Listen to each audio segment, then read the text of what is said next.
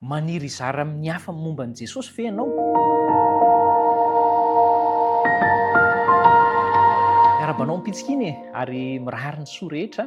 Eo ambanin'ny fitondran'Andriamanitra isika dia manaiky fa Jesosy Kristy no mikarakara antsika. Andao isika ary hidinika indray momba ny hoe torio izy. Ahoana ny fomba anaovana an'izay? Andeha isika aloha hiara hivavaka. Tompo malalo aho misaotra anao izay noho ny amin'ny ohatra tsara efa nasehonao mandrakariva.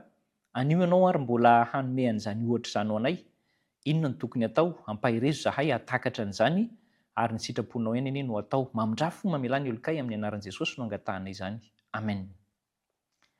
Torio izy, lohevi-dehibe rahantsika izay. Ary inona ny antony tokony hitoriana azy? Mila mandeha ianao, mila mandeha izaho hizaran'i Jesosy Kristy. Maniry an'izany ve ianao? Ahoana ny tokony atao? Ilay asan'ny apôstôly toko faefatra no ampirisihako anao izany mba ho dinihana mandritra an'izao fotoana iarahantsika izao. Inona ny zava-nisy tao? Fanontaniana mipetraka eto, iza moa izany izao no hitorianao an'i Jesosy? Raha nefa samy mahalala an'i Jesosy ve mbola tokony hitoriana an'i Jesosy? Mazava fa mbola ilaina ny maneho an'i Jesosy amin'ny olona efa mahafantatra an'i Jesosy aza, anehoana hoe tena manaraka an'i Jesosy marina ny olona anankiray. Ny soratra masina ao amin'ny Isaia 50:24 dia milaza toy izao amin'ny anaran'i Jesosy hoe izy no manome ny lelan'ny efa mahay mba ahaizako manao teny ampatanjaka izay reraka. Ary izay mihitsy ny anyrahana asy ianao. Fa ahoana ny fomba anaovana an'izay? Dia andeha isika handinika torohevitra vitsivitsy amin'ny fomba fifandraisana aman'olona. Ny Petera voalohany toko 4:5-10 dia mampirisika ny apôstôly Petera hoe rehefa mifampiresaka tsika amin'ny olona dia aoka ho vonona tsara ao izy. Ilaza ny antony izay ananantsika fanantenana ary izarantsika ny finoantsika. Ho vonona mandrakariva ao izy ny apôstôly Petera. Ary izao amin'ny fahalemem-panahy rehetra sy ny fanajana. Izay no voalohany. Fa misy sosokevitra vitsivitsy reto iarahantsika mifampizara aloha. Hoe atao ahoana izany no fomba izarana an'i Jesosy, hitoriana an'i Jesosy. Voalohany dia izao, miezaka mifandray aman'olona. Tsy terena izany hoe misarika nefa tsy fidiny.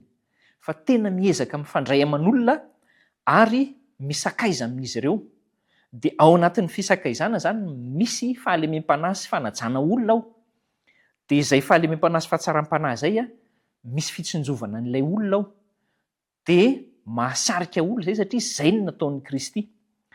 Ny dingana faharoa azo atao dia izao hoe mitondra mbavaka an'ilay olona ianao mba hiasan'ny fanahy masina na ianao na ilay olona. Fa indrindra ilay olona hiasan'ny fanahy masina ao am-pony izany ary dia mba hahita fotoana hifandraisana tsara foana ianareo. Ny fahatelo dia izao, tadiava fomba tsotra ifampiresahana amin'ilay olona. Tsy hoe zavatra sarotra be izany na hoe inona re izany. Fa ny fanandramanao niaraka tamin'Andriamanitra mihitsy io tadiavina ifampiresahana amin'ilay olona io.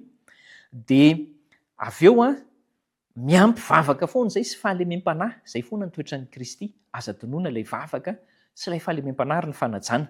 Ny fahaefatra dia ity hoe mitadiava koa nefa hevitra ampifandraisana an'ilay namanao vaovao io izany amin'ny efa namanao rehetra izay efa nandray an'i Kristy. Ary rehefa tafaray izay dia hitan'ilay namanao hoe ohatr' izany ny fifandraisandry zareo.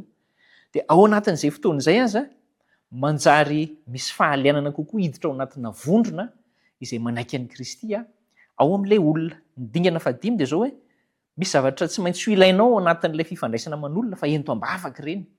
Ary izay zavatra ilainao izao ohatra izany hoe hametra-panontaniana ilay olona dia ento ambavaka hoe ny tompo no hanome anao valiny tsara izay ho lazaina an'ilay olona araka ny soratra masina. Mila fotoana isika ifampiresahana ento ambavaka ny ananantsika an'izany. Mila torohevitra natari-dalana ny olona ento ambavaka daholo izany rehetra izany ilay ilana izany. Ary misy fotoana mety hanomezantsika teny fikasana olona dia aza kivy fa hoento am-pifaliana sy am-panetreteny izay. Dia ny dingana manaraka an'izay ento ambavaka ihany koa mba ho tonga amin'ny dingana manaraka hoe tena mandalina kokoa ny soratra masina ilay olona ary ianao no mitarika azy ho amin'izay. Fa izao no tsara ho tadidiny atao amin'ny famaranana hoe ny fihetsika ataontsika rehetra, ny asa ataontsika rehetra hitaomana olona dia tokony aneo izany hoe iza isika. Niaraka tamin'i Kristy ve sa tsy niaraka tamin'i Kristy? Miatsara velat'iza ve sa tena mandeha amin'ny fahitsiana marina? Fa ny toetran'i Kristy no tokony ho asehoko, asehonao rehefa andeha hitorina izaran'i Kristy amin'ny olona mbola tsy mahalala azy isika. Dingana mandeha tsikelikely io asaiko ianao handray an'izay dingan'izay ampo anatanteraka azy. Entsika mbafaka izany fanapa-kevitra izany ary hivavaka isika. Ray malalo, miahotra izay matetika izaran'i Kristy amin'ny olon-kafa, indrindra ireo izay mbola tsy mahalala. Mangataka famindram-po aminao izay torohevitra nomenao mba ahafahanay mandeha amin'ny pirindrana sy amin'ny mpilaminana anie, ary ampiriso mihitsy izay amin'ny fitarian'ny fanahy masina sy ny fitiavam-bavaka hatanteraka izany miaraka amin'ny herin'i Kristy. Amin'ny anaran'i Jesosy no angatahana izany vavaka izany. Amen.